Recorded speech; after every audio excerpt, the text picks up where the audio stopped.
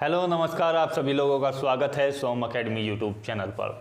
दोस्तों, मोदी सरकार की ओर से जो फैसले किए गए हैं, आपकी जो भर्तियां होती थी केंद्र सरकार की, उन सभी भर्तियों के लिए जो है अब केवल एकमात्र परीक्षा होगी, जो आप समझ सकते हैं कि ये परीक्षा आपको क्वालिफाई करनी अनिवार्य है। इसके बिना आप जो है किसी भी सरकारी भर्ती में जो है आवेदन अप्लाई नहीं कर सकते हैं। अर्थात आपको जो है यदि आपको सरकारी नौकरी चाहिए तो आपको जो है इस प्रक्रिया से गुजरना पड़ेगा। साथ ही साथ कैबिनेट के द्वारा जो प्रस्ताव दिया गया है उसमें कहा गया है कि प्राइवेट नौकरी आपको जो मिलती है उनमें भी इसका जो है स्कोर कार्ड वैलिड किया जाएगा। अर्थात उनमें भी आपको जो है कुछ ना कुछ मार्क्स दिए जाएंगे ताकि आपकी प्राइवेट नौकरी में भी बेहतर कैंडिडेट्स जा सकें। यहाँ पर बात करेंगे सीईटी के बारे में। संपूर्ण नॉलेज के साथ आपको सिलेबस बताया जाएगा, exam pattern, age limit, qualification और आपकी जो नेगेटिव मार्किंग है या आपकी जो क्वालिफाइंग स्कोर है वो कितना है। तो वीडियो को ज़्यादा से ज़्यादा मात्रा में शेयर करें क्योंकि सभी अभ्यर्थियों के लिए ये जो है एक फ़ायदेमंद है। तो वीडियो को ज़्यादा से ज़्यादा मात्रा में आप शेयर करें। ऑथेंटिक न्यूज़ के लिए चैनल को भी सब्सक्राइब कर लें। बात करें सीईटी के बारे में तो इसका पूरा नाम है कॉमन एलिजिबिलिटी टेस्ट, और ये जो आपका सामान्य पात्रता परीक्षा, इसको हिंदी में बोला जाएगा तो सामान्य पात्रता परीक्षा, जैसा कि आपका नाम से ही स्पष्ट है। तो इसमें क्या होगा, आपसे कुछ सामान्य क्वेश्चंस पूछे जाएंगे जिसके आधार पर आपको जो आपकी भर्तियां होती हैं, जिस तरीके से बताया गया सरकार के द्वारा कि 20 विभाग ऐसे हैं जो अपनी अलग अलग भर्तियां करते हैं। इसमें आपका जो मुख्य है आरआरबी है, रेलवे रिक्रूटमेंट बोर्ड है, आरआरसी है, ये भी रेलवे का ही बोर्ड है, एसएससी है, या इस तरीके की अन्य जो संस्थाएं हैं उनमें सभी में इस तरीके के 20 विभाग हैं जहां पर आपकी जो है भर्तियां होती है सेंट्रल गवर्नमेंट के ग्रुप बी और ग्रुप सी की पोस्ट पर। जैसा कि आप सभी जानते हैं कि ग्रुप बी में जो है बड़ी बड़ी पोस्ट आ जाती हैं और ग्रुप सी में आपकी जो पोस्ट होती हैं वो कांस्टेबल, क्लर्क या इस तरीके की जो कोर्स आपकी जो भर्ती प्रक्रिया होती है ग्रुप सी के पदों के लिए होती है। यदि बात की जाए कि ग्रुप डी इसमें शामिल नहीं किया गया है क्योंकि ग्रुप डी अब जो है समाप्त कर दिया गया है। हालांकि आरआरबी ग्रुप डी की जो भर्तियां होती हैं वो भी ग्रुप सी के ही पद होते हैं, केवल उसका नाम ही आरआरबी ग्रुप डी है। तो ये सभी प्रक्रियाएं जो हैं आपकी ग्रुप सी और ग्रुप बी के लिए जो होंगी ये सीईटी के माध्यम से होंगी। और इस विभाग में जो है जो 2 प्रकार के जो पद हैं वो यहाँ पर छोड़े जाएंगे। आप समझ सकते हैं वो कौन से पद हैं, तो मैं आपको बता दूं कि एक तो आपकी टीचिंग की जो लाइन्स हैं वो पद आपको छोड़े जाएंगे क्योंकि टीचर लाइंस में जो है आपका सीटेट या स्टेट टेट पहले से ही लागू है। इस तरीके की वो परीक्षा है, तो आप समझ सकते हैं कि आपकी सीटेट की जुड़वा बहन इसको सीईटी को कहा जा सकता है। अब बात करते हैं दूसरा विभाग है। दूसरा विभाग में आपको लेना चाहूँगा कि ग्रुप ए की जॉब्स। ग्रुप ए की जो जॉब्स हैं उसके बारे में ज़्यादा आपको जो है जानकारी दी जाए तो लगभग 2500 पोस्ट ही पूरे वर्ष भर में यहाँ पर अप्लाई किए जाते हैं। ग्रुप ए की जो पोस्ट है इसमें आपके जो हैं जिला अधिकारी वगैरह के जो बड़े बड़ी पोस्ट हैं उन पर भर्तियाँ होती हैं। बाकी जो भर्तियां हैं ग्रुप बी और ग्रुप सी के लिए सबसे ज़्यादा भर्तियां होती हैं। तो आप सभी समझ सकते हैं कि लगभग सभी भर्तियों में ये जो प्रक्रिया है सीईटी ये लागू होगी। और यहाँ पर काफ़ी स्टूडेंट्स के कमेंट थे क्या आपकी जो स्टेट गवर्नमेंट की जॉब्स हैं उसमें भी ये प्रक्रिया लागू होगी।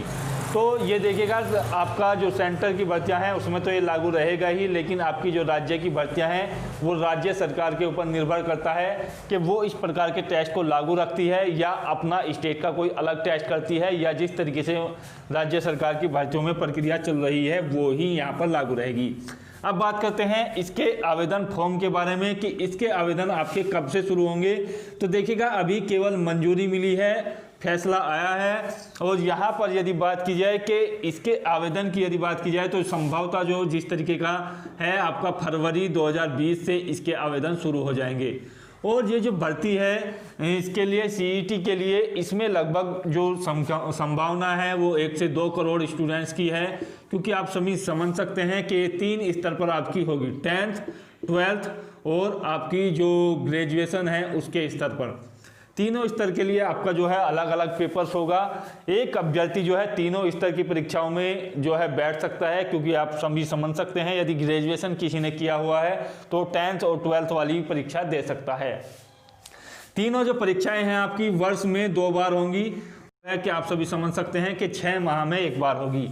एक परीक्षा आपकी जुलाई में होगी और दूसरी परीक्षा आपकी दिसंबर में होगी।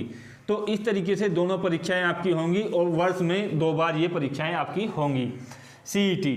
और यदि बात की जाए इसकी जो आपकी यहाँ पर यदि बात की जाए कि क्वालिफिकेशन क्या है, तो क्वालिफिकेशन आप 10th स्तर का यदि आप देना चाहते हैं तो 10th से भरिएगा, 12th और ग्रेजुएशन।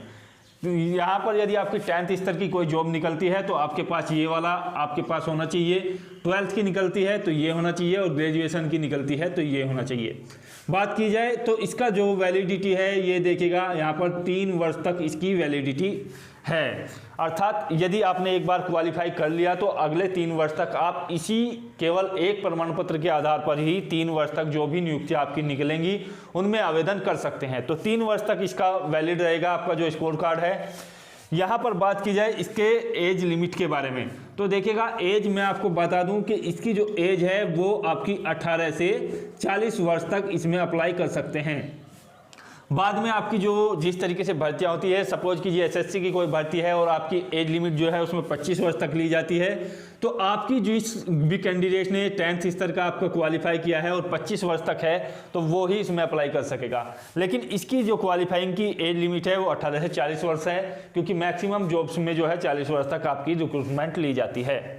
बात की जाए इसके एग्जाम पैटर्न के बारे में कि एग्जाम पैटर्न और क्वालिफाइंग स्कोर आपका क्या रहेगा।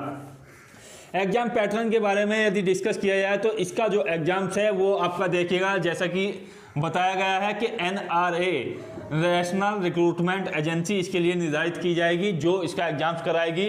और ये जो एग्जाम्स है आप सभी समझ सकते हैं कि बड़ी संख्या में स्टूडेंट्स इसमें आवेदन करेंगे, तो ऑफलाइन आपका एग्जाम्स होगा और इसमें जो है आपके लिए 100 क्वेश्चंस होंगे।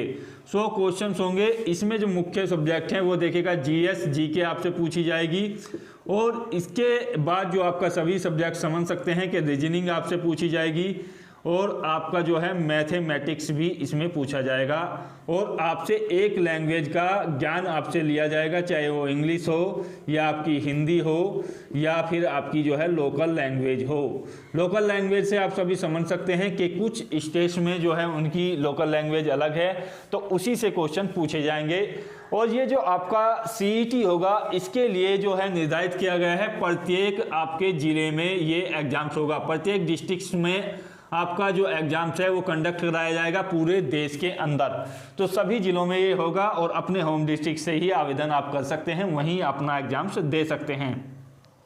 बात की जाए इसके क्वालिफाइंग स्कोर और नेगेटिव मार्किंग के बारे में, तो जैसा कि अभी जो है इतना निर्धारित नहीं किया गया है कि आपका जो एग्जाम्स है वो 100 अंकों का होगा या 200 अंकों का होगा, लेकिन ये संभावना है कि लगभग सभी सब्जेक्ट से क्वेश्चन पूछने के बाद आपका जो 100 अंकों का एग्जाम्स होगा और इसमें जो आपकी नेगेटिव मार्किंग की प्रक्रिया जो है बिल्कुल लागू नहीं रहेगी, क्योंकि ये केवल एक जो है सामान्य पात्रता परीक्षा है, इसमें नकारात्मक मूल्यांकन आपका लागू नहीं रहेगा। लेकिन हाँ, आप सभी समझ सकते हैं कि जनरल और OBC कैंडिडेट्स के लिए जो है क्वालिफाइंग स्कोर 40% और SC और ST के लिए जो क्वालिफाइंग स्कोर है वो आपका 35% रहेगा।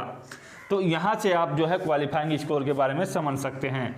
यहाँ पर बात की जाए यदि इसकी जो एग्जाम पैटर्न्स है उसके संबंध में और ज़्यादा नॉलेज लेने के लिए आपको जो है हम नेक्स्ट वीडियो में आज की पूरी नॉलेज दे देंगे। देखिएगा, यदि राज्य सरकार चाहे तो अपने तरीके से इसके लिए अलग जो है टेस्ट भी ले सकती है या इसी को वैलिड कर सकती है। यदि बात की जाए कि आपकी जो ये जॉब्स हैं ये प्राइवेट जॉब में किस तरीके से लागू होगा या गवर्नमेंट जॉब में किस तरीके से लागू होगा। सपोज कीजिए कि आपका जो है एक तरीके से आपने CET जो है क्लियर कर लिया है, अर्थात पास कर लिया है जो भी आपका क्वालिफाइंग स्कोर है। अब ये जो क्वालिफाइंग स्कोर है इसके लिए आप जो है SSC की कोई रिक्रूटमेंट निकल रही है तो आप उसमें आवेदन करोगे तो पहले आपके लिए जो ये क्वालिफाइंग स्कोर है उसका जो है आपका जो नंबर होगा वो मांगा जाएगा, चाहे इसमें आपका रोल नंबर हो या रजिस्ट्रेशन नंबर हो, तो वो आप लिखोगे तभी आपकी जो है फॉर्म में एंट्री होगी। इसके बाद क्या है, SSC जिस तरीके से अपने एग्जाम्स लेता है, चाहे वो पुलिस के लिए हो या आपकी जो है जिस तरीके से फोर्स में रिक्रूटमेंट होती है या क्लर्क की हो या आपकी इंजीनियरिंग की हो, तो वो अपना एग्जाम्स लेता रहेगा और उसके लिए जो आपकी प्रक्रिया है वो वही रहेगी जैसी SSC करता है या कोई अन्य संस्था करता है। तो इस तरीके से आपको केवल यहाँ पर एक फिल्टर करने के लिए ये जो है CET की परीक्षा लागू की गई है। CET के माध्यम से केवल आपको जो है यहाँ पर छटनी की जाएगी कि आप जैसे कि समझ सकते हैं कि RRB ग्रुप डी के लिए 1 करोड़ से भी अधिक आवेदन हुए थे।